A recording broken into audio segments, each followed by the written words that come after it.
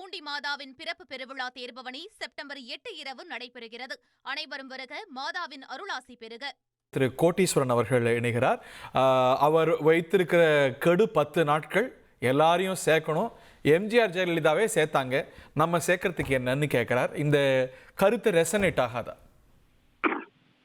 கண்டிப்பா இந்த கருத்து ரெசனேட் ஆகும். இது ஒரு பேசு பொருளாகும். ஊடகத்துல அடுத்து ஒரு 7-8 நாள் இல்ல 10 நாள் தொடர்ந்து அதிமுகவை பற்றி தான் பேசுவாங்க. திமுகன்ற ஒரு கட்சியை பத்தியோ ஆட்சியை பத்தி செய்திகள் வந்தாலும் அந்த செய்திகளை தாண்டி இந்த செய்தி தான் பெருசாக பேசப்படும். இதற்கு முற்றுப்புள்ளி வைக்கிறதோ இல்ல இது இது அப்படி முடிஞ்சதுதான் அப்படின்னு சொல்லிட்டு அடுத்த கட்ட நடவடிக்கை இபிஎஸ் அவர்கள் என்ன முடிவு எடுக்கிறாரோ அதுதான் அடுத்த நகர்வு. அவர் அதுல எப்படி போக போறாரு. ஆனா இன்னைக்கு பத்திரிகையாளர்கள் கையாண்ட விதமாகட்டும் இல்ல ஒரு கருத்து சொல்லாடல்களாகட்டும், செங்கோட்டையன் ஃபயரிங் லைனை தாண்டல. நான் கூட அந்த பிரச்சார வண்டியில எல்லாம் போறத பார்த்தோம்னா இவர் ஏதோ ஒரு தனி கட்சியோ இல்ல வேற ஏதோ இன்னும் கொஞ்சம் விபரீதமா ஏதோ பேசுவாரோன்னு கூட நான் எதிர்பார்த்தேன். பட் ஆனா ரொம்ப தெளிவா, அதாவது ஒரு நோக்கம் என்பது எல்லாம் ஒண்ணு சேரணும் அப்படின்றாரு. பட் ஒரே ஒரு பிரச்சனை தாங்க, இன்னும் கொஞ்சம் கிளியர் கட்டா சொல்லிருக்கணும், பேரை சொல்லணும். அவரு இந்த மாதிரி 19 பத்தி கேட்கும் போது அதை கூட பொதுச் செயலாளர் முடிவு பண்ணட்டோங்கிறார். அந்த டீடைல்ஸ் அந்த அதிகாரத்தை அவர்கிட்ட கொடுக்கிறார். இது இன் பிரின்சிபல் ஏத்துக்கோங்க, அது எப்படி என்ன ஏது அதுக்கு பேசலாம், யாரு என்ன ஏதுன்னு பேசலாங்கிறத அந்த அதிகாரத்தை பொதுச் செயலாளருக்கு கொடுக்கிறார். அது ஒரு சரியான அணுகுமுறை இல்லையா? இல்ல அதாவது பொதுச் செயலாளர் பேரை அடிக்கடி மென்ஷன் பண்றாரு, பொதுச் செயலாளர் முடிவெடுப்பாருன்னு சொல்றாரு. கூடவே இன்னும் ஒரு சில கோரிக்கைகள் இப்போ ஓபிஎஸ் அவர்கள் எந்த பதவியும் இல்லாம வரன்றாரு அப்படின்னும் போது அந்த மாதிரி ஒவ்வொரு பேரா சொல்லி இது மாதிரி அதே மாதிரி சஸ்பென்ஸ் எல்லாம் சொல்றாரு. அதெல்லாம் அந்த யாரோட தொடர்புல இருக்கிறாங்க போது சஸ்பென்ஸ்ங்கிறாரு. அவர் என்ன சொல்றாரு, இப்ப மத்தவங்க கூட அன்கண்டிஷனலா சேர்றதுக்கு தயாரா இருக்கிறாங்கிறார். சோ அவங்கள்ட்ட பேசாம இப்படி ஒரு பப்ளிக்கான ஒரு அனௌன்ஸ்மெண்ட் அவர் செய்வாரா? சோ ஒரு நேச்சுரல் அண்டர்ஸ்டாண்டிங் அவங்கள்ட்ட எல்லாம் பேசியிருப்பாருன்னு.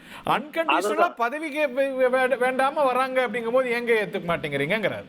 கரெக்ட். அப்போ இது ஒரு பார்வை. இப்ப இன்னொரு பார்வை, அதாவது அதிமுக எப்பவுமே ஒரு செய்தி வரும், அதாவது இவர் கட்சியில இருந்து வெளியேற்றப்படுகிறார், இந்த நபரோட மற்ற தொண்டர்கள் யாரும் பேசவோ தொடர்போ வச்சுக்க கூடாது இது அப்படின்ற மாதிரி இருக்கு. அப்ப அந்த ஃபார்முலா பிரகாரம் கட்சி நீக்கப்பட்டவங்க கிட்ட ஒரு தொடர்பு இவர் மேலே நடவடிக்கை எடுக்கலாம். இப்போ இவரோட காயின்ஸை இவர் மூவ் பண்ணிட்டாரு. செஸ் போர்டு மாதிரி இது பாக்ஸிங் மாதிரி இறுதி சுற்று வரலும் போகும். இப்ப இந்த ரவுண்ட்ல செங்கோட்டையன் அவர்கள் அவர் ஒரு பாயிண்ட்ஸ் ஸ்கோர் பண்றாரு, இது பண்றாரு. அடுத்து எடப்பாடி பழனிசாமி அவர்கள் இதுக்கு என்ன பிரதிபலிக்க போறாரு, இதுக்கு என்ன வியூகம் சொல்ல போறாரு அப்படின்றதுதான் முக்கியம். என்னை பொறுத்தவரை இவ்வளவு பேசினவர் இன்னும் ஒரு விஷயம் சொல்லிருக்கலாம். எடப்பாடி பழனிசாமி தலைமையில தான் நாங்க தேர்தலில் போட்டியிடணும், பொதுச் செயலாளர் தலைமையில அவர் தான் எங்க முதல்வர் வேட்பாளர், இதுல எல்லாம் எந்த காம்ப்ரமைஸும் இல்ல. அட் த சேம் டைம் இந்த நபர்களையும் நான் உள்ள கொண்டு வருவேன் அப்படின்னு இன்னும் கொஞ்சம் அழுத்தமா சொல்லியிருந்தா எடப்பாடி பழனிசாமி அவர்களுக்கு முடிவெடுக்கிறதுக்கு இன்னும் ஈஸியா இருக்கும். இப்ப என்ன முடிவெடுப்பார்னு நினைக்கிறீங்க? இப்ப இந்த மாதிரி கருத்து சொல்லும் போது கட்சி நீக்கம் பார்த்திருக்கோம். இப்ப நீக்கம் இருக்குமா இல்ல இவருடைய சீனியாரிட்டி கருதி இந்த சூழல் கருதி அது ஒரு சவாலான ஒரு சூழலை சிக்கலை ஏற்படுத்தியிருக்கு நினைக்கிறீங்களா திரு எடப்பாடி பழனிசாமி அவர்களுக்கு? இந்த தேதியில செங்கோட்டையன் அவர்களை நீக்குவது என்பது அந்த அளவுக்கு சரியா வருமானு எனக்கு தெரியல. காரணம் என்னன்னா, செங்கோட்டையன் ஒரு அக்ரெசிவான பொலிட்டீஷியன் கிடையாது. Is a very good organiser. அதாவது எடுத்தம் கௌத்தம் பேசக்கூடியவர் இல்ல. பட் இவர் எடப்பாடி பழனிசாமிக்கு திருப்பியும் அந்த பிரச்சனைகள் தலைவலிகள்லாம் வரும்ன்றது அவரோட பயம்.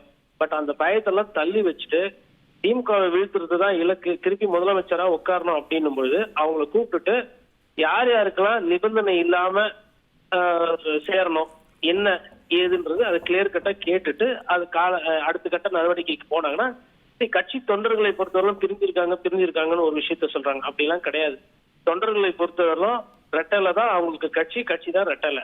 இந்த தலைவர்கள் தான் பிரிஞ்சு இருக்கிறாங்க. ஏன்னா எல்லாருக்கும் கூட்டம் சேருது. அதனால கூட்டம் சேர்றதுனால அவங்க எல்லாம் இப்போ இவ்வளவு செல்வாக்கு இருந்திருந்தா இவர் தான் பொதுச் செயலர் ஆயிருக்கணும். அதே மாதிரி ஓபிஎஸ் அவர்களுக்கு அதிக செல்வாக்கு இருந்திருக்குன்னா அவர் தான் பொதுச் செயலர் ஆயிருக்கணும். சசிகலா அவர்களே பொதுச் செயலர் நீக்கினப்போ அப்ப அன்னைக்கு பேசுறதுக்கெல்லாம் யாருமே வரலையே.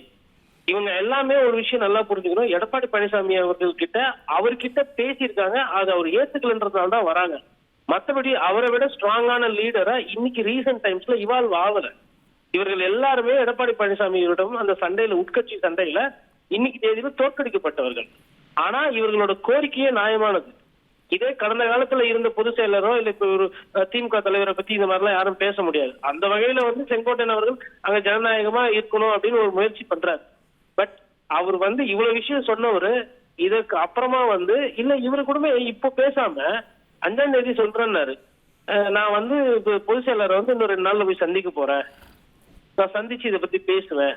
அப்போ நான் என்ன சொல்றேன்னா, நீங்க வந்து ஒரு த்ரெட்டினிங்காவும் ஒரு கோரிக்கை வைக்க கூடாது. அந்த கோரிக்கை என்பது இன்னும் கொஞ்சம் மைல்டா இருந்தா இன்னும் பெட்டரா இருக்கும்ன்றது அது அவங்களோட ஸ்டைல். அது த்ரெட்டினிங்கா வைக்கிறாங்களா இல்ல வந்து ஒரு காலக்கெடு கொடுக்கறது. பட் என் பார்வையில எடப்பாடி பழனிசாமியோட அந்த குணாதிசயங்கள் நம்ம பாக்குறோம். அவர் பாதையிலேயே அவர் பாதையில போயிட்டு பிரச்சனைனா பிரச்சனை கிடையாது. இப்ப சி.வி. சண்முகம் அவர்கள் இதை பத்தி பேசியிருக்கிறார். ஆனா வெளியில வந்துட்டு இந்த மாதிரி போர்க்கொடி தூக்கல. சி.வி. சண்முகமும் வந்து அந்த கட்சிக்காரருக்கு விசுவாசி தான். எஸ்.பி. வேலுமணி இன்னைக்கு கோயம்புத்தூர்ல ஐயா திரு செங்கோட்டையனை விட அங்க செல்வாக்கு அதிகமா இருக்கிற ஒரு தலைவர் மாதிரி தன்னை காட்டிக் கொள்கிறார். அவர்கள்லாம் எடுக்காத ஒரு முயற்சி ஏன் செங்கோட்டையன் எடுக்கிறார்? கேள்வி எல்லாம் அவர்கள்லாம் இப்ப இதை எதிரொலிப்பாங்களா இல்ல விலகி நிற்பாங்களா அப்படிங்கிற கேள்வி இருக்கு. விலகிதான் நிப்பாங்க. அவங்க யாருமே வந்து வர மாட்டாங்க. ஏன்னா இப்ப ஒருவேளை இப்படி எடுத்துக்கோங்க, இப்ப இவர் வந்து கட்சி விட்டு நிக்கிறாரு இல்ல இவர் ஒரு கேஷுவலிட்டி ஆகிறாருன்னு வச்சுக்கோங்களேன், ஓபிஎஸ் அவர்களுக்கு என்ன நிலைமையோ அதே நிலைமை தான் இவருக்கு. இவர் என்ன நினைப்பாரு, மேபி டிசம்பர் வரல டைம் இருக்கு, டிசம்பர்ல பாத்துக்கலாம், நவம்பர்ல அமித்ஷா வரன்னு இருக்காரு, அப்ப பாத்துக்கலாம்னு கூட தள்ளி போடுறதுக்கும் வாய்ப்பு இருக்கு. பட் ஆனா காலம் தள்ளாம சீக்கிரமா நடவடிக்கை எடுக்கிறது செங்கோட்டையன் அவர்கள் சொல்ற மாதிரி தொண்டர்களை உற்சாகப்படுத்தும்.